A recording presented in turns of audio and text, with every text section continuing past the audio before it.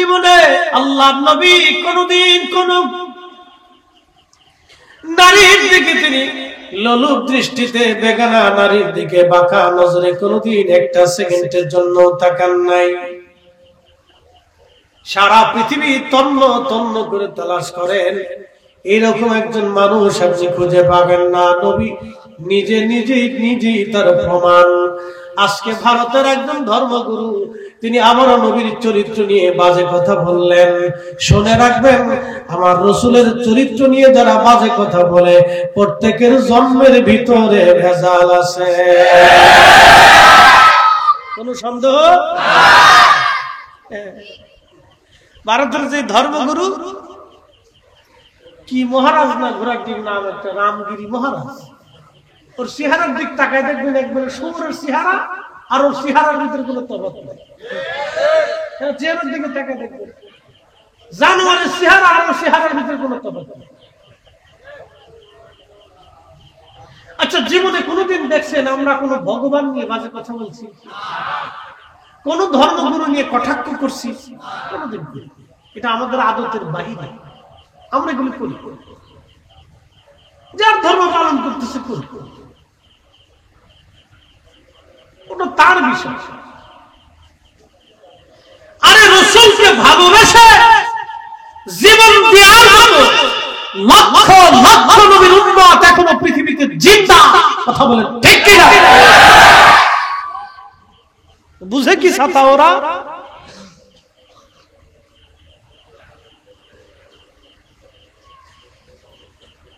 প্রিয় উপস্থিতি, হাজিরিন, আল্লাহর নবীকে ভালোবেসে জীবন দিয়েছিলেন ইলমুদ্দিন। পাকিস্তানের লাহোরে তার বাড়ি। তৎকালীন সময় একজন লেখক ভারতের বই লেখলো, রঙ্গিলা রাসূল, নাউজুবিল্লাহি মিন যালিক।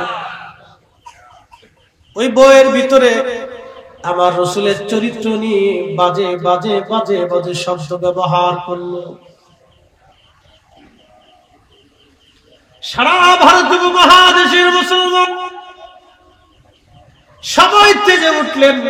হতে পারে না, আমার রাসূলের জীবনী নিয়ে এমন বাজে বক্তব্য লেখনি, তাকে শাস্তি দিতে হবে, ফাঁসিতে ঝুলাইতে হবে। কিন্তু তখন চলতেছিল ব্রিটিশ আমল, ব্রিটিশদের নীতি মুক্ত মনা। তারা বলেন যে যাই বলুক যাই করুক কোনো বাধা হবে না, ধর্ম যার যার মতো সেটাই করবে। কিন্তু কেউ কারো ধর্মে যদি কটাক্ষ করে তাকে শাস্তি দেওয়া যাবে না, এটা ছিল তাদের নীতি। মুসলমান খেপে পড়ল, শাস্তি তার হয় না। ইলমুদ্দিন নামে একজন কাঠ মিস্ত্রি কোন রকম জুগালি দিয়ে তার জীবন চলতো, দিন আনতো দিন খাইতো, কাজ হলে ভাত পেত, কাজ না হলে না খেয়ে থাকতো। এই যুবকের কলিজার ভিতরে রাসূলের প্রেম দাও দাও করে উঠলো। ইলমুদ্দিন তিনি কাঠ মিস্ত্রি ছিলেন। কিছু বেতন পাওয়ার পরে একটা ছোট্ট ছুরি কিনলেন, দুপাশ ধারালো ছুরি। চিন্তা একটা, হয় আমি বাঁচবো না হয় ও বাঁচবে, না হয় আমি মরবো না হয় ও মরবে। আবার রাসূলের সামনে এমন বাজে শব্দ মেনে নিতে পারবো না, ওকে হত্যা আমি করেই ফেলবো। আওয়াজ তুলে বলবেন কি আল্লাহু আকবার।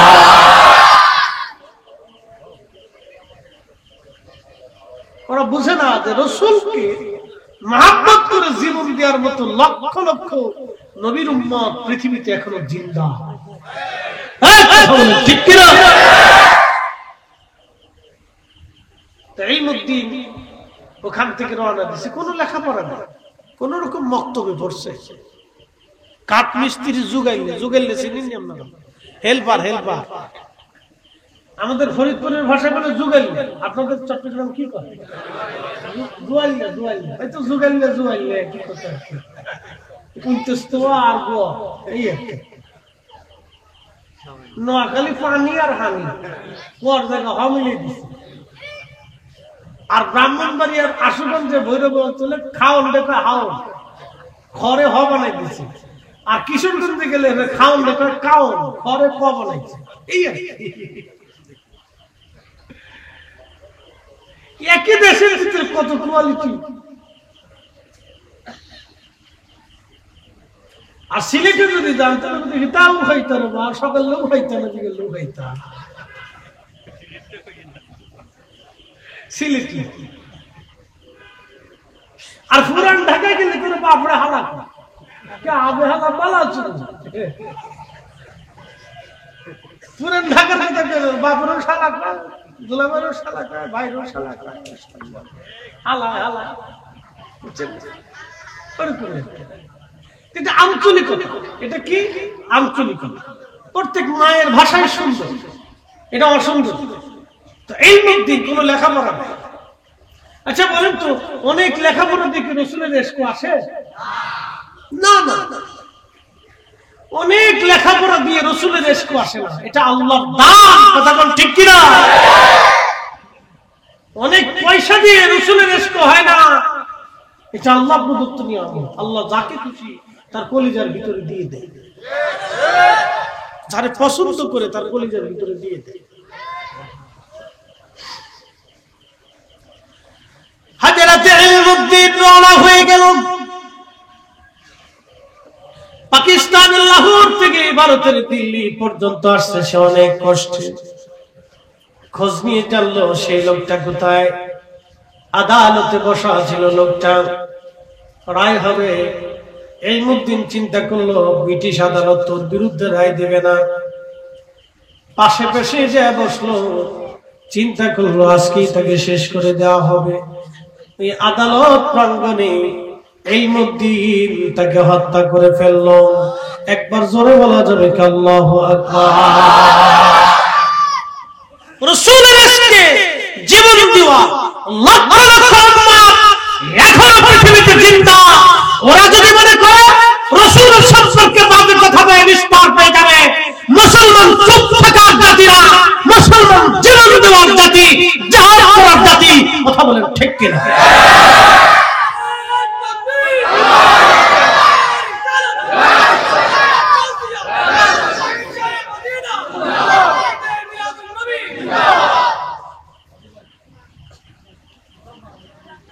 ইলমুদ্দিনকে ধরে নিয়ে গেল ব্রিটিশ পুলিশ। আল্লামা ডক্টর ইকবাল তখন জিন্দা। আল্লামা ডক্টর ইকবাল তখন জিন্দা। আল্লামা ইকবাল লিখেছিলেন মগজ কোরআন রূহে ঈমান জান দিন হাসতে হুব্বে রাহমাতুল লিল আলামিন।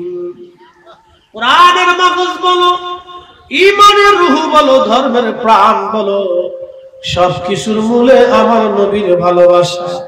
নবীর ভালোবাসা যেখানে ঈমান আছে সেখানে।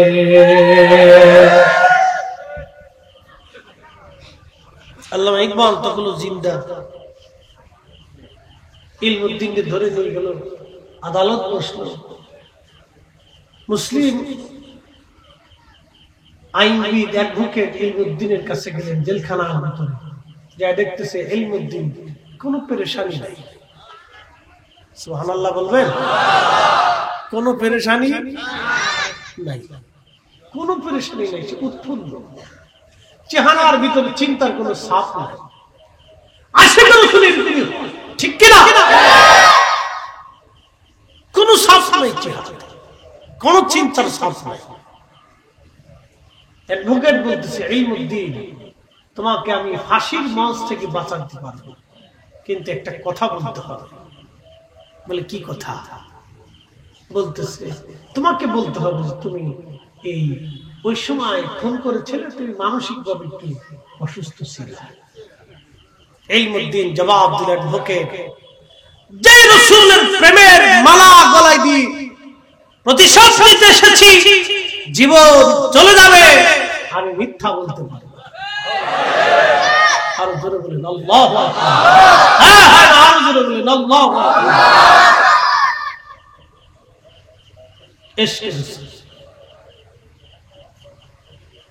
হাসতে হাসতে জীবন দিতে না পারে, ইতিহাস বড় কঠিন। হাসতে হাসতে জীবন দিতে প্রস্তুত।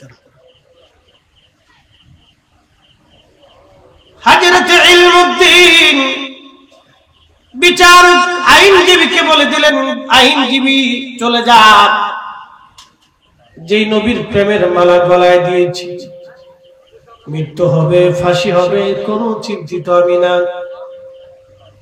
বাঁচার জন্য তাকে হত্যা করি নাই, আমি জানি তাকে হত্যা করার পরে আমার ফাঁসি হবে। আমি রাসূলের প্রেমের মালা গলায় নিয়ে ফাঁসির দড়ি গলায় নিতে প্রস্তুত আছি।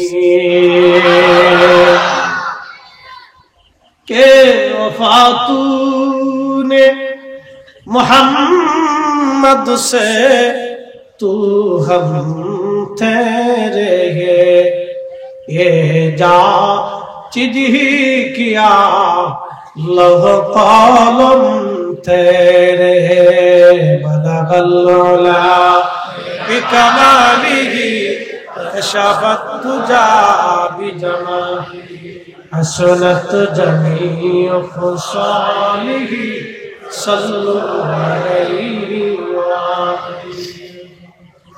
কালেমা তাওহীদ আরশ লেখা বাবেতে মুহাম্মদ আকা হাবিবের পাশে হাবিব বসা ও বন্ধুর পাশে বন্ধু বসা কালেমাতে আসিফ মান বালাগাল্লা বিকামালিহি কাশফাত তুজা বিজামালিহি হাসনাত জামিউ খুসালিহি।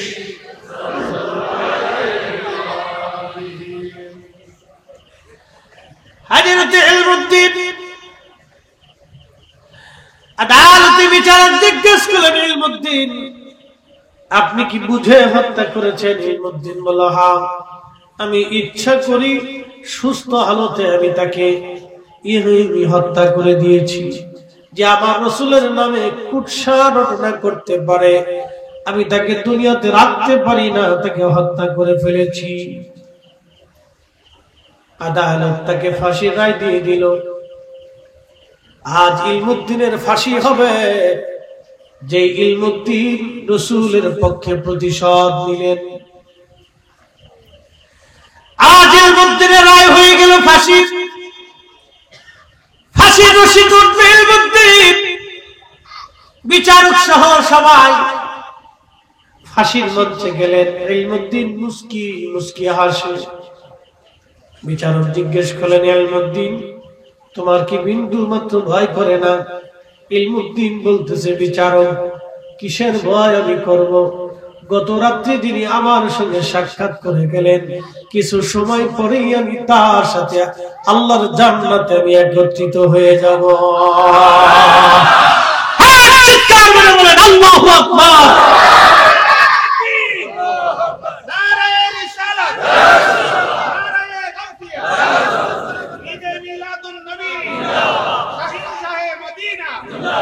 হযরত ইলমুদ্দিন বলতেছে, বিচারক কত রাত্রিবেলা আমি তার সাথে সাক্ষাৎ করেছি, যিনি আমাকে দিদার দিয়ে গেছেন, আজ জান্নাতে আমি তার সাথে মিলিত হব একসঙ্গে। আমি হাসবো না তো কাঁদবো নাকি?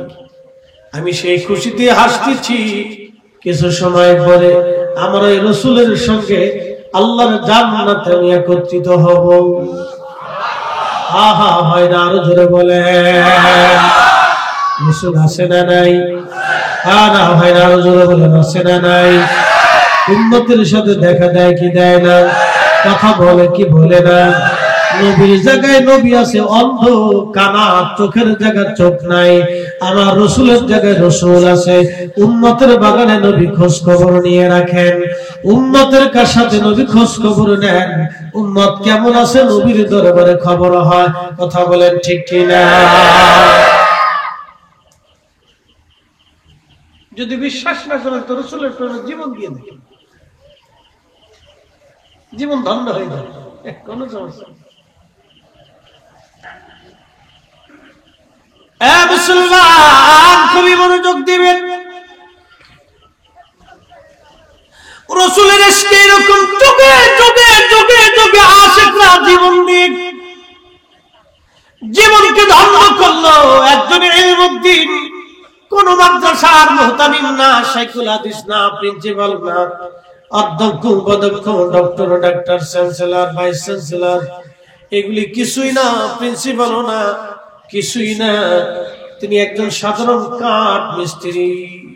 কোন রকম মক্তবে পড়নেওয়ালা এক যুবকের সঙ্গে রহমতের নবী সাক্ষাৎ করে গেলেন। কারণ কলিজা ভরা ছিল রাসূলের ভালোবাসা, নবীর ইশকে জীবন দেওয়া এই মুক্তির ইতিহাস সারা পৃথিবীতে কিয়ামত পর্যন্ত আশিকে রাসূলদের কাছে চলতেই থাকবে।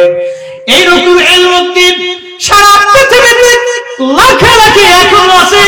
আল্লাহর নবীর ইজ্জতের চাদর ধরে যারা ধরবে তাদের বোঝা উচিত ইলমুদ্দিনের এখনো জমিন থেকে মরে নাই। এখনো লাখে লাখে ইলমুদ্দিন আল্লাহর জমিনে রাসূলের ইশকে খুলে যায় নিয়ে ঘুরে বেড়ায়। কথা বলেন ঠিক কিনা?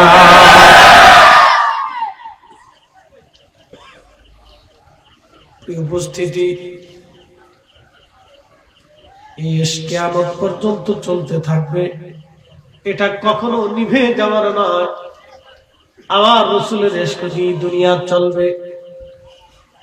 মুসলিম মিল্লাতে আমার অনেক ভাইরা চিন্তা করেন বুঝি মিলাদুন নবী আমরা বন্ধ করে দিব।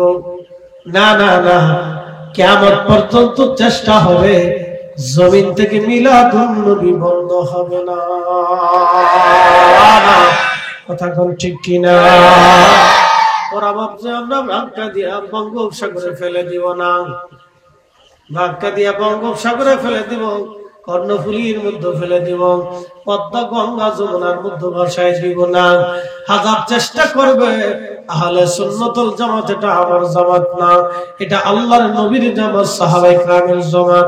আল্লাহর ওলির এই জামাতের পতাকা নিয়ে জমিনে এসেছিলেন 360 আউলিয়া 12 আউলিয়া, অসংখ্য আউলিয়া এই জামাতের পতাকা নিয়ে জমিনে এসেছিলেন। এই পতাকা জমিনে উড্ডীন করেন। এই জমিনে আল্লাহর ওলিদের উত্তরসূরি এখন আছে, কিয়ামত পর্যন্ত চলতে থাকবে। জমিনে ওলি না থাকলে জমিন ধ্বংস হবে। যত সময় ওলি থাকবে তত সময় জমিন ধ্বংস হবে না। ওলি শূন্য হলে জমিন ধ্বংস হয়ে যাবে। অতএব জমিন কখনো ওলি শূন্য হবে না। আর আহলে সুন্নাত ওয়াল জামাত জমিন থেকে কখনো বিদায় নেবে না। এটা কিয়ামত পর্যন্ত চলতে থাকবে। একবার জোরে বলা যাবে কি মারহাবা?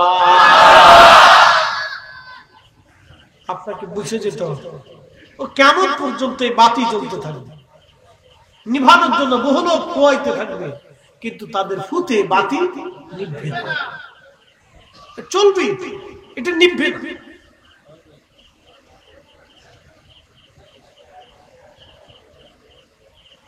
হাজির আনোয়ার আর মুসলমান, আল্লাহর নবীর ইশকে বহু সাহাবী এরকম জীবন দিয়ে দিল। নবীর ইশকে বহু সাহাবী আশিক যুগে যুগে যুগে যুগে এরকম জীবন দিয়ে দিছে। হাসতে হাসতে তাদের জীবন তারা দিয়ে দিল হাসতে হাসতে। মনে রাখবেন, আল্লাহ যাকে পছন্দ করে তাকে দ্বীনের জন্য কবুল করে নেন। আল্লাহ যাকে ভালোবাসেন তাকে নামাজের কাতারে নিয়ে আসেন। আল্লাহ যাকে পছন্দ করেন তারে নবীর গোলাম বানায় দেন। একটা কথা মনে রাখবেন, আজ বলে দিয়ে যাই, মানব জাতি মায়ের রুহুর ভিতরে, দেহের ভিতরে যখন 4 মাস 120 দিন পার হয়ে যায়, তখন তার হাত পা চোখ কান নাক বডি স্ট্রাকচার সময় তৈরি হয়ে যায়। ওই সময় আল্লাহ রাব্বুল আলামিন মায়ের পেটের ভিতরে বান্দার দেহের ভিতরে রূহ ফুকায় দেয়। ফুকায় দিয়া জিবরাইল আলাইহিস সালামকে আল্লাহ ডাক দেয়, বলে জিবরাইল 4টা জিনিস আমার বান্দার জন্য লিখে দাও। 4টি জিনিস আমার বান্দার জন্য লিখো। মায়ের রেহেমে পেটের ভিতরে যখন 4 মাস 120 দিন পার হয়, 4 মাস 120 দিনের মাথায় আল্লাহ রূহের জগৎ থেকে আমাদের রূহ নিয়ে আসে। ওই রূহ খানা নিয়ে আমাদের পেটের ভিতরে আমাদের বডির মধ্যে আল্লাহ ফিট করে দেয়। তখন জিবরাইলকে বলে, জিবরাইল 4টা জিনিস তুমি একবারে নির্ধারিত ভাবে লিখে দাও। 1 নম্বর, আমার বান্দা কি পরিমাণে রিজিক খাবে, তুমি আমার বান্দা। এক নম্বর, আমার বান্দা কতদিন পর্যন্ত পৃথিবীতে বেঁচে থাকবে, তার হায়াত কত সময় পর্যন্ত হবে, কোন জায়গা মারা যাবে, কোন সময় মারা যাবে, কোন অবস্থায় কিভাবে মারা যাবে, আমার বান্দার জন্য লিখে দাও। একসাথে বলবেন আল্লাহু আকবার। থাকার সুযোগ আছে? হ্যাঁ, যদি সুযোগ না থাকে তো জমি নিয়ে কারাকারি করার দরকার কি? কথা কর না? যদি সুযোগ না থাকে তাহলে ভাইয়ের জমিন, বোনের জমিন, অন্যের জমিন, বাতিদার জমিন, ভাগিদার জমিন, এগুলি নষ্ট করার প্রয়োজন পাবে বুঝিয়ে দিয়ে দেয়। 1 ইঞ্চি মাটি নিয়ে মানুষ মারামারি গুটাগুটি কিলিকিলি করে। 1 ইঞ্চি, এতটুকু।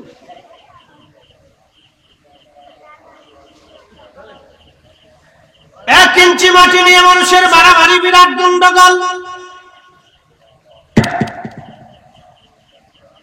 হাজিরিন, যদি পৃথিবীতে থাকার সুযোগ না থাকে তাহলে কেন দুনিয়াতে আমরা আরেকজনের ক্ষতির চিন্তা আমরা করব বলেন? একদিন মাটির ভিতরে হবে ঘরে মন আমার, কেন বন্ধু দালান ঘর। সালাতুনিয়া সাল্লাল্লাহু আলাইকুম সালামুন হাবিবুল। আল্লাহ বললেন, জিবরিল কোন পর্যন্ত বেঁচে থাকবে তুমি নির্ধারিত করে দাও। আহা, তুমি নির্ধারিত করে দাও কোন পর্যন্ত সে বেঁচে থাকবে। জিবরাইল আলাইহিস সালাম লিখে দেন, এই জন্য আপনার হায়াত যেখানে শেষ আপনি সেখানেই যাবেন। যদি আপনার মৃত্যু আমেরিকা লেখা থাকে, যে কোনো ভাবে আপনি আমেরিকা যাবেনই। মৃত্যু যদি চট্টগ্রাম লেখা থাকে ওইখানে যাবেন। মৃত্যু যদি ঘরের মধ্যে লেখা থাকে তাহলে ঘরের ভিতরই হার্ট স্টার্ট করে মারা যাবেন। আল্লাহর কোরআন বলতেছে, হুজুর আপনি বলে দেন, ইন্নাল মাউতাল্লাযী তাফিরুনা মিনহু ফাইন্নাহু মুলাকীকুম। নবী গো, মানুষ আপনার বান্দারা মরণ থেকে পালানোর চেষ্টা করে। হাবিব আপনি বলে দেন, মরণ থেকে পালানোর কোনো রাস্তা নাই। ফাইন্নাহু মুলাকীকুম, এই মরণ তার সাথে মোলাকাত করবে। এই মরণ থেকে পালানোর কোনো রাস্তা নাই। এই মরণ থেকে পালানোর কোনো রাস্তা নাই। ওয়া তাদরি নাফসুন বিআইয়ি আরদিন তামুত। হুজুর আপনি বলে দেন, কোন জায়গা, কোন স্থানে, কোন অবস্থায় তার মৃত্যু হবে আমি আল্লাহ ছাড়া কেউ জানে না। আমি আল্লাহ ছাড়া কেউ জানে না। এই জন্য যেহেতু এটার কোনো গ্যারান্টি নাই, আল্লাহর কোরআন বলতেছে, হুজুর উম্মতকে বলে দেন, ইন্না লিল্লাহ, নিশ্চয় আমরা আল্লাহর জন্য, ওয়া ইন্না ইলাইহি রাজিউন, নিশ্চয় আমরা আল্লাহর কাছে ফিরে চলে যাব। জোরে বলেন, কার কাছে যাব? না, যুবক ভাইরা বলেন, কার কাছে? আল্লাহর কাছে ফিরে যাবেন। টাকা পয়সা, সোনা দানা, মিষ্টি, এই তারপরে দই ছানা নিয়ে যাবেন। সুযোগ আছে? বেশি করে দই নিবেন, ছানা নিবেন, মিষ্টি নিবেন। আল্লাহ তোমার লাগে মিষ্টি টিষ্টি নিয়ে এসে এগুলা।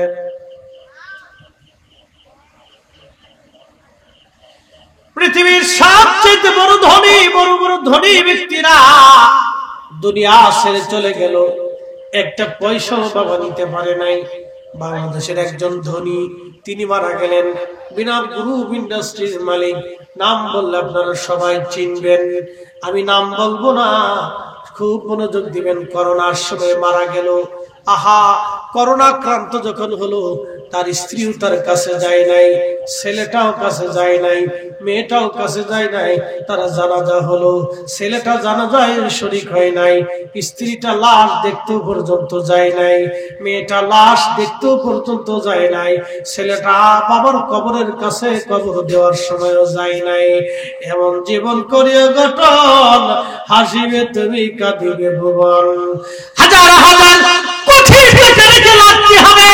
যদি সন্তান মানুষের মতো মানুষ না হয়, সন্তান যদি কবরের পাশে না দাঁড়ায়, এমন সন্তান পালার চাইতে শিয়াল কুত্তে পাইলে যাওয়া ভালো। উচিত কথার বাদ নাই দেশে, উচিত কথার দেশে বাদ নাই। উচিত কথা মানুষ শুনে না, মানুষ ভাবে এই লোকটা বেশি ভালো না, সুবিধা নেই। একটা কথা শুনে, আমাদের দেশের মানুষের সিস্টেম কি জানেন? আপনি ভালো মতো চলবেন, নামাজ কালাম ঠিক মতো করবেন, সৎ মতো খাবেন, সৎ মতো চলবেন, গান গান করবেন না, সাদা সিধে মতো চলবেন, মানুষকে লোকটা বলো কথা কন না কেন? মানুষ কি কর লোকটা বলো। আর যদি সিটারি বাট করি, সারা গেটালেকি করেন, খুশাখুশি জায়গা বেলা বাধাই দেন, লোকটা খুব চালাক, বিরাট চালাক। লোকটা জানে না যে কবরে যাওয়ার পরে যে কি বাটাম সালাম চলবে, কবরে কি যে বাটাম চালান, বাপরে বাপ, সহ্য গোষ্ঠী জীবনে দেখে দেয় কি বাটাম চালান আছে। বেশি দিন না তো, শুধু দম ঘোরানোর সাথেই শেষ। কি কথা ঠিক কিনা? দম ঘোরানোর সাথে শেষ। 24 ঘন্টার ভিতরে পায়খানার রাস্তা দিয়ে পোকা আসে, পোকা পোকা। ও প্রধানমন্ত্রী, রাষ্ট্রপতি, প্রেসিডেন্ট, প্রধান সেনাপতি ও জাতিসংঘের মহাসচিব, আমেরিকার প্রেসিডেন্ট আর রাশিয়ার প্রেসিডেন্ট ছিলেন, পায়খানার রাস্তা দিয়ে পোকা আসে, পোকা। এই পোকা সারা শরীরে ছড়াইয়া গন্ধ আসতে থাকে, বিচ্ছিরি পচা গন্ধ আসতে থাকে। তখন স্ত্রীকে তাড়াতাড়ি সরাও, পুলাকে তাড়াতাড়ি কবর দাও, গ্রামবাসীকে ধুর পচে গেছে, শেষ।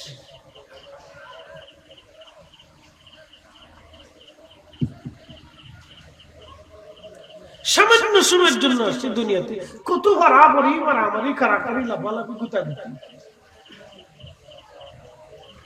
একদল হল নতুন হয়েছে, সুন্নি মসজিদ কোনটা খালি ওটা দখল করার ধান্দা, মিলাদুল নবী বন্ধ করার ধান্দা করে। তোর এটা করার জন্য আল্লাহ দুনিয়াতে পাঠাইছেন। তুই দেখবি যে আমার দেশের গরিব মানুষকে না খায় রয়েছে, তুই তার ঘরে আগে যা খাবার দে। আর সুলতান দিল্লাহি ফিলার, রাজা বাচ্চারা হচ্ছে আল্লাহর ছায়া, জমিন আল্লাহ প্রদত্ত ছায়া। তারা একটা গাছ, বট গাছ যেমন সারা মানুষকে ছায়া দেয়, গরু ছায়া দেয়, ছাগল ছায়া দেয়, ও গাছের নিচে যে যায় তারই ছায়া দেয়। আর সুলতান জিল্লুল্লাহি ফিল আরদ, রাজা বাচ্চারা হচ্ছে আল্লাহর জমিনে আল্লাহ প্রদত্ত ছায়া। তারা সব মানুষকে ছায়া দিয়ে রাখে। সব মানুষকে কি দিয়ে রাখবে? কথা কর না, সব মানুষকে কি দিয়ে রাখবে? ছায়া দিয়ে রাখবে। যে বাচ্চা সব মানুষকে ছায়া দিয়ে রাখবে, সে বাচ্চা কিয়ামতের ময়দানে নেপরান হবে। আমার রাসূল বলেছেন, উম্মত তোমরা শুনে রাখো, হাসরের ময়দানে আল্লাহ আরশে আল্লাহর ছায়া ছাড়া আর কোনো ছায়া হবে না। যেই বাচ্চা এরকম তার প্রজাদেরকে ছায়া দিয়ে রাখবে, নেপরান হবে। আল্লাহ কোরআন রাসূল বলতেছেন, কিয়ামতের মাঠে আরশে আল্লাহর নিচে আল্লাহ তাকে আগে জায়গা করে দিবে। জোরে বলে, আরশে আল্লাহর নিচে আল্লাহ তাকে জায়গা করে দিবে, আরশের ছায়া সে পাইতে থাকবে, যে পৃথিবীতে সমস্ত প্রজাদেরকে ছায়া দিয়ে রাখে। আর-সুলতানু দিল্লুল্লাহি ফিল আরদ, এই হাদিস যদি ওরা বুঝতো তাহলে পারাপারি কারাকারি গুতাগুতি ভিড়ে ভিড়ে এটা করতো না। ঠিক বাড়ি যা কই না, অনেক কর দরকার। ওটা তাবারও খেয়ে তারপরে খাইতে খাইতে যাবেন, ঠিক ঠিক ঠিক ঠিক ঠিক ঠিক ঠিক। আমি আল্লাহ রাসূলের কথা বলতেছি। আচ্ছা বলেন তো, সারা পৃথিবীতে খেলাফত ছিল, খলিফাতুল মুসলিমিন হযরত ওমর অর্ধ পৃথিবীর শাসক ছিল। তখন কি তার শাসন আমলে রাজ্যের ভিতরে খ্রিস্টান ছিল না? ইহুদি ছিল না? তো উনি কি তাদের ওই খ্রিস্টান বাড়িঘর আগুন দিয়ে পুড়াই দিছে? তাদের কি নিরাপত্তা দেয় নাই? খাবার দেয় নাই?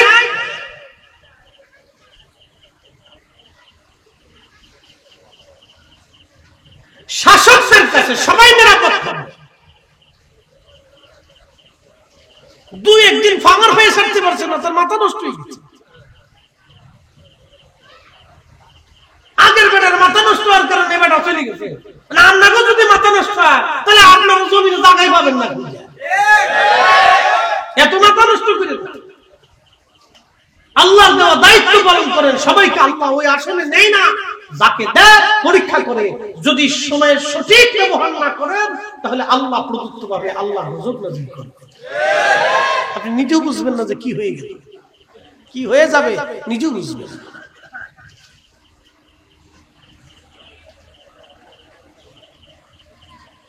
প্রিয় মুসলমান আমার হাজিরিন, খুবই মনোযোগ দিয়ে কথাগুলি শুনবেন। বাবাজি আমার, কষ্টের কারণে কথাগুলি বললাম। পৃথিবীতে অল্প সময়ের জন্য আসছি, চলে যাব আবার।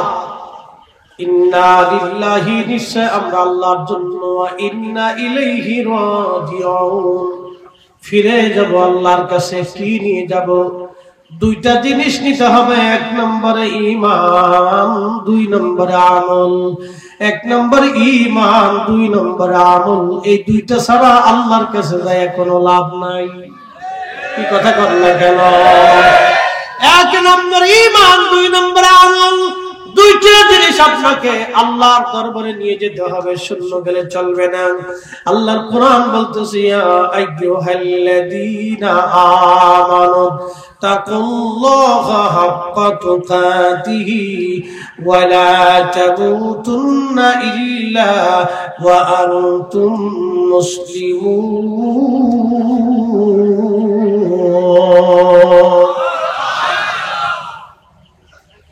আল্লাহর কোরআন বলতেছে, হে ইমানদার, আমি আল্লাহকে ভয় করো। ভয় করার মতো তোমরা ভয় করো। আর মুসলমান না হইয়া কবরে আইসো না।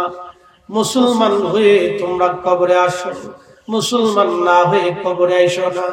মুসলমান হয়ে তোমরা কবরে আসো। মুসলমান না হয়ে কবরে আইসো না। মুসলমান হয়ে কবরে আসো। আমাদের মাযহাবের ইমাম আবু হানিফা রাহমাতুল্লাহ আলাইহি, একদিন তিনি রাস্তার পাশ দিয়ে হেঁটে হেঁটে যাচ্ছেন। হেঁটে হেঁটে যাওয়ার সময় রাত এশার নামাজের পরে লক্ষ্য করতেছেন রাস্তার পাশে কিছু বাড়ি থাকে। ওই ঘরের ভিতর থেকে দুই মহিলা গল্প করে শুনছ। আমাদের এই শহরে কুফা নগরে একজন ইমাম আছে, তার নাম নুমান বিন সাবিত। তিনি প্রত্যেক রাত্রিবেলা 1000 রাকাত নফল নামাজ পড়ে। প্রত্যেক রাত্রে এসে 1000 রাকাত নফল নামাজ পড়ে। ইমাম আবু হানিফা রাহমাতুল্লাহ আলাইহি চিন্তা করলেন, সর্বনাশ, আমি তো 1000 রাকাত নফল নামাজ রাত্রিবেলা পড়ি না, কিন্তু দুই মহিলা গল্প করতেছে। এখন যদি 1000 রাকাত নামাজ না পড়ি তাহলে মহিলারা মিথ্যাবাদী হবে, আর কিয়ামতের ময়দানে আমি জিজ্ঞাসিত হয়ে যাব। আল্লাহর দরবারে কি জবাব দেব আমি? এই দুই মহিলাকে মিথ্যাবাদী বানানো যাবে না। তিনি সাথে সাথে মসজিদে চলে গেলেন। সারা রাত ভরে 1000 রাকাত নামাজ পড়ে তিনি আল্লাহর দরবারে শুকরিয়া আদায় করে বললেন, রব, আমি এক রাত্রে 1000 রাকাত নামাজ পড়ে মহিলাদেরকে সত্যবাদী বানাইলাম। এবার চিন্তা করেন, হাক্কা তুকাতিহি, তারা আল্লাহকে ভয় করার মতো তারা ভয় করতেন। যার কারণে উনি ইমামুল আজম আবু হানিফা রাহমাতুল্লাহ আলাইহি আল্লাহর ভয় এত পরিমাণে থাকার জন্য উনি 100 বারের মতো আল্লাহর সাথে তার স্বপ্নে দিদার হয়ে গেছে। একবার জোরে বলবেন কি আল্লাহু আকবার। 100 বারের মতো আল্লাহ তার স্বপ্নে দেখা দিলেন। ওই মক্কাতে মদিনাতে একজন ইমাম আছে, ইমাম মালিক ইবনে আনাস রাদিয়াল্লাহু আনহু। চারজন ইমামের নাম আমি মসজিদে নববীর মাঝখানে সুন্দর করে সাহাবায়ে কেরামের নামের পরে লেখা দেখছি। এইভাবে লেখা, ইমাম আজম আবু হানিফা নুমান বিন সাবিত রাদিয়াল্লাহু আনহু, ইমাম আবু ইদ্রিস শাফি রাদিয়াল্লাহু আনহু, ইমাম মালিক ইবনে আনাস রাদিয়াল্লাহু আনহু, ইমাম আহমদ ইবনে হাম্বল রাদিয়াল্লাহু আনহু, তাদের নামের সাথে রাদিয়াল্লাহু তাআলা আনহু সহ লেখা। একবার জোরে বলবেন কি মারহাবা। বুঝতে অসুবিধা হয়? ইমাম মালিক মদিনার ইমাম ছিলেন, 80 বছর কাটাইছে মদিনাতে। যদি কেউ যেয়ে থাকেন তো বুঝবেন প্রচন্ড গরমে মাটি লু হয়ে যায়, আপনি খালি পায়ে হাঁটতে পারবেন না, পা পুড়ে যাবে, ফুসকা পড়ে যাবে। কিন্তু আল্লাহর নবীর 80 বছর মদিনাতে কাটাইছে, একটা সেকেন্ডের জন্য জুতা পাইনি।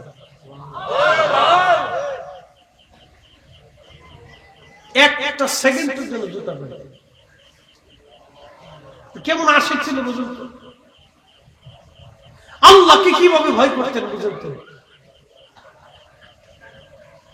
80 বছর ধরে মদিনার জুতা পরেন নাই, পায়খানা করেন নাই, পেশাব করেন নাই। মদিনার সীমানা জাহাজ বর্তমান মদিনা ইউনিভার্সিটি, ওয়াদিউল মুবারাক আছে ইউনিভার্সিটির পাশে একটু উপত্যকা। নবী বলতেন ওয়াদিউল মুবারাক, মুবারকময় উপত্যকা। এই পানিকে আল্লাহ নবী মুবারকময় পানি বলেছেন। উপত্যকা মানে একটা নালা ছিল, ওই সময় নালা দিয়ে পানি যাইতো, বৃষ্টিতে পানি পড়তো, পানি সাহাবীরা নিতেন। মুবারকময় ওয়াদি বলার কারণে ওই ওয়াদির পাশ দিয়ে কত সাহাবী বাড়ি পর্যন্ত করছে। বরকতময় মুবারকময় জায়গা আমরা থাকবো। আল্লাহর নবী এই ওয়াদিকে মুবারকময় বলেছেন।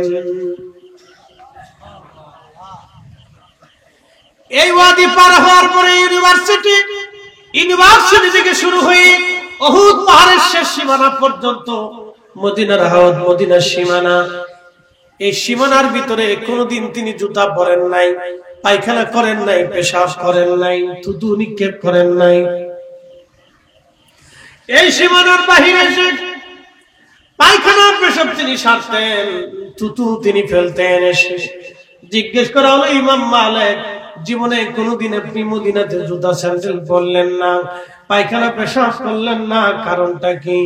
ইমাম মালিক রাহিমাহুল্লাহ একটা জবাব দিতেন, আল্লাহর বান্দারা, যেই মাটির নিচে রাহমাতুল লিল আলামিন ঘুমায়, ওই মাটির নিচে আমি ইমাম মালিক ওই মাটির উপরে কি করে পায়খানা পেশাব করব, থুতু নিক্ষেপ করব, আমি জুতা পায়ে দেব, আমার জীবন চলে যাবে, আমি এই মাটির উপরে কখনো জুতা পরতে পারবো না। একবার জোরে বলবেন আল্লাহু আকবার। কি করে আল্লাহকে ভয় করতেন? যদি রাসূলের সাথে বেয়াদবি হয় তো আল্লাহর দপ্তরে আমার কি আসামি হয়ে যাবে। আর আমার দেশে আমরা শানে মুস্তাফা নিয়ে গুতাগুতি করি, খালি গুতাইতে থাকি, আমরা খালি গুতাইতে থাকি। গুতাই কি করবেন? বেহেশতে যাইবেন? কি কথা কর না, খারাপ কিছু কইছি? গুতাইয়ে বেহেশতে যাইতে পারবেন তো যান, গুতাইয়ে নবীর সুপারিশ নেবেন তো নেন, গুতাইয়া কবরে প্রশ্নের জবাব দিবেন মুনকার নাকিরে তো দেন।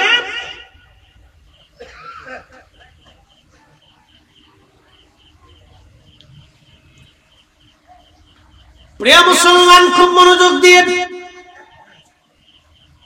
আল্লাহ জিবরাইলকে আল্লাহ বলে দিয়ে, জিবরাইল প্রথমটা লিখে দাও কোন পর্যন্ত তারা হায়াত হবে। এই হায়াতের কথা বলতে যে পর্যন্ত চলে আসছি, 2 নম্বর কি পরিমাণে সে রিজিক অন্বেষণ করবে, রিজিক খাবে বলে দাও। আচ্ছা, আমার দেশের যারা কোটি কোটি টাকার মালিক হয়ে দুর্নীতি করে মালিক হইল, অ্যাটেনশন মনোযোগ দিবেন। বলে হুজুর কেমনে? কয়েকদিন আগে আমার ঢাকাতে হাসনাবাদে একজন জমি বিক্রি করে, জমির ব্যবসা করে, ওনার অফিসে আমি বসে রয়েছি, দেখলাম একজন লোক আসছেন, তিনি 60 কোটি টাকা দিয়ে জমি কিনবে বায়না করে গেল। আমার বলতেছে হুজুর লোকটার চিনেন নিয়ে? আমি বললাম না, ওনার সাথে পরিচয় নাই। তার মাথায় মাথায় টুপি, মুখে দাড়ি, গায়ে পাঞ্জাবি, বিরাট সুন্দর লেবাস, দেখলে মনে হবে বিরাট বড় সাইকেল হাদিস। হ্যাঁ, লেবাস দেখলে মনে হবে সাইকেল হাদিস। বিরাট বড় সাইকেল হাদিস মনে হবে, লেবাস দেখলে বুঝার কায়দা নাই যে এত বড় সোরা আন্তর্জাতিক সোরা। 60 কোটি টাকা দিয়ে জায়গা কিনতে আসছে। আমার বললো হুজুর আপনি কি চিনলেন? আমি বললাম না চিনি নাই। তখন জমির যিনি বিক্রেতা উনি বলতেছে হুজুর এই লোকটা ঢাকার মহানগরের ওয়াসার ইঞ্জিনিয়ার। আমি বললাম মাসে বেতন পাই 50,000 ধরলাম, কিন্তু বাকি এত কোটি টাকা কি জিব্রাইল আর আজরাইল দিয়ে গেছে। হ্যাঁ কি কথা কথা কা আমার শরীরে পছন্দ রেখেছে। সর্বনাশ, কত বড় সুর, এত সুন্দর দাড়ি টুপি জুব্বা, বুঝার কায়দা নাই যে এত বড় সুর। বসুন্ধরা মাদ্রাসার মুহতামিম আমার পাশে বসা ছিল, যদি কমই মাদ্রাসা, তো সামনে বসা। বললাম যে হুজুর কি মনে হয় আপনার কাছে? দেখে তো সিনার কোনো কায়দা নেই, এটাই চলতেছে। আহা, 1 টাকাও তার না, সব আমাদের টাকা। 18 কোটি মানুষের টাকা, 18 কোটি আল্লাহ যাহা বরাদ্দ করেছে তার থেকে 1 দানা ভাতও বেশি খাইতে পারবে না। কি কথা বল না কেন? ও যত হাজার কোটি টাকার মালিক হোক, আল্লাহ যাহা বরাদ্দ করছে তাহার থেকে 1টা দানা ভাতও বেশি খাইতে।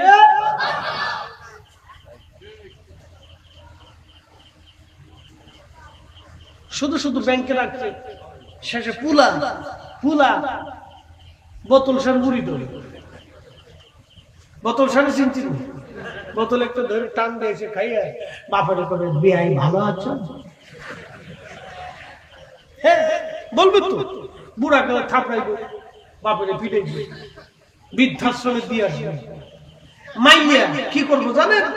রাত 3টের সময় আসবে, আইসিয়ে পুলা একটা ধরে লইব, বাপে জিগিব কেডা? আমার বয়ফ্রেন্ড, আমি নাম দিছি কুত্তা ফ্রেন্ড। এগুলি চলছে, ঠিক তাই।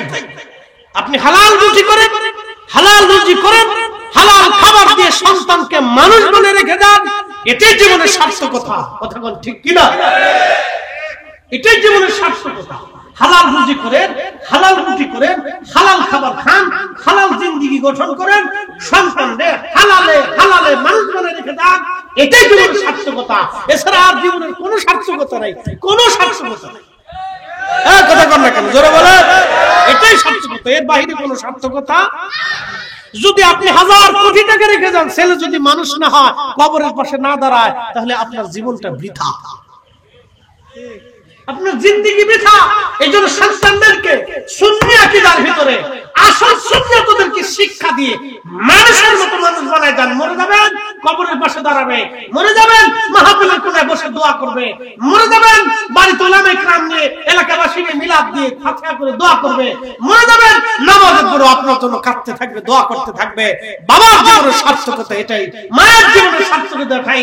হারাম জীবন গঠন করে কোটি টাকা রেখে দিয়ে সন্তানকে অমানুষ বানিয়ে রেখে দেখে কোনো লাভ নাই, কোনো ফায়দা নাই। ওই টাকার জন্য কিয়ামতের ময়দানে আপনাকে হাজার হাজার কোটি কোটি বছর মানুষের দাঁড়ে দাঁড়ে ভিখারির মতো ঘুরতে হবে। ভাই মাফ করে দাও, মাফ করে দাও। সেই সময় আমরা বলবো আইসি গেটা দূর হয়ে যাস, তার দুনিয়াতে আমার রক্ত চুষে খেয়েছিস, আজকে কোনো মাফ হবে না, দূর হবে না, আমার জিনিস আমাকে তুই ফিরাই দে। আল্লাহ বলবেন বান্দা, ফেরেশতারা তার আমল থেকে এই আমল দিয়ে আমার বান্দার পাওনা মিটে দাও। একসাথে বলবেন আল্লাহু আকবার। মেলা বুজুর্গ নিয়ে কবরে গেছে, শেষ পর্যন্ত হাসরে দেখবে কিচ্ছু নেই, কিচ্ছু।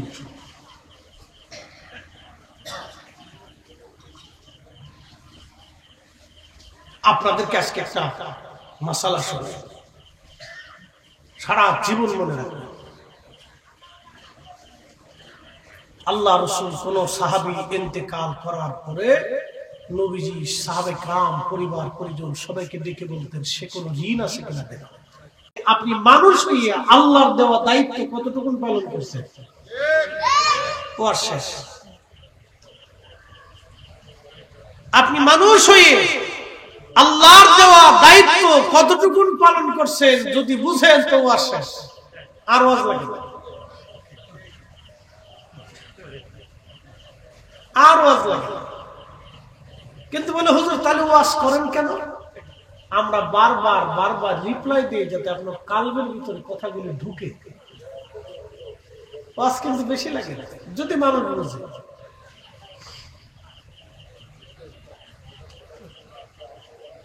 বাইজিদ বুস্তামি রাহমাতুল্লাহ আলাইহি রাস্তা দিয়ে যাচ্ছে, কুত্তার শরীর ভরা ঘা, দুর্গন্ধ আসতেছে। কুকুরের শরীরে ঘা হয় না, দেখবেন ওর মৌতের আগে শরীর ভরে কি হয়, ঘা হয়। তো কুত্তার শরীর থেকে গন্ধ আসতেছে। বাইজিদ বুস্তামি কুত্তার পাশে দাঁড়ায় বলেন, আহ থু, কি দুর্গন্ধ। কুকুরের জবান খুলে গেল। একসাথে বলবেন আল্লাহু আকবার। কার জবান খুলছে? কুত্তার জবান খুলে গেছে। কুকুর ডাক দিয়ে বলে, বাইজিদ, আরে বাইজিদ বুস্তামি, তুমি আমার বাহিরের ঘা দেখে তোমার ঘৃণা লেগে গেল বাইজিদ, কিন্তু কখনো কি দেখছো তোমার অন্তরের মধ্যে ঘা জমে রয়েছে? আমার বাহিরের ঘা দেখে তুমি ঘৃণা করলাম, কিন্তু তোমার অন্তরের মধ্যে ঘা জমে আছে। আমি কুকুরকে দেখার পরে তোমার ঘৃণা লাগলো রে ভাইজি, এখানে তো আমার কোনো হাত নাই, আমার মনিব আমার মাওলা আমারে বানাইছে। তুমি মানুষ হয়ে আমি একটা কুকুরের ঘা দেখে তুমি ঘৃণা করলা ভাইজি, এখনো তোমার অন্তর পরিষ্কার হয় নাই, তোমার অন্তরে ঘা এখনো জমে আছে। জোরে বলবেন আল্লাহু আকবার। এখন এই স্থানটুকু খুঁজে সারা দুনিয়াতে মানুষ তালাশ করে, এতটুকু খুঁজে এই সূত্র ধরে আপনি সারা পৃথিবীতে মানুষ তালাশ করেন।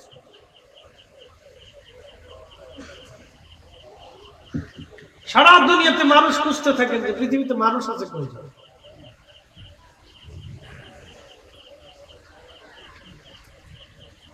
40 বছরে কোরআন শরীফ নাযিল হলো নবীজির উপরে। 40 বছরের জীবনে কোনদিন আল্লাহর নবী একটা মিথ্যা কথা কোনদিন বলেন নাই। 40 পরে কোনদিন মিথ্যা বলেন নাই। সুবহানাল্লাহ। এই সূত্র ধরে আপনি সারা পৃথিবীতে একটা মানুষ তালাশ করেন, শ্রোতা বক্তা কেউ তালিকার ভিতরে নেই।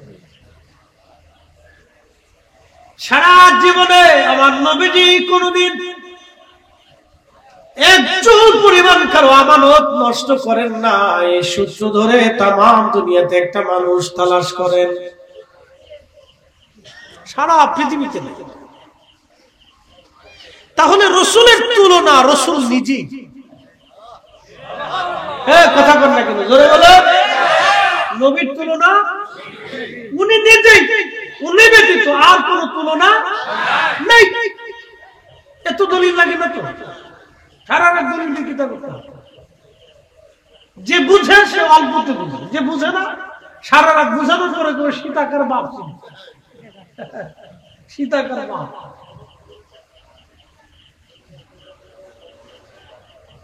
সারা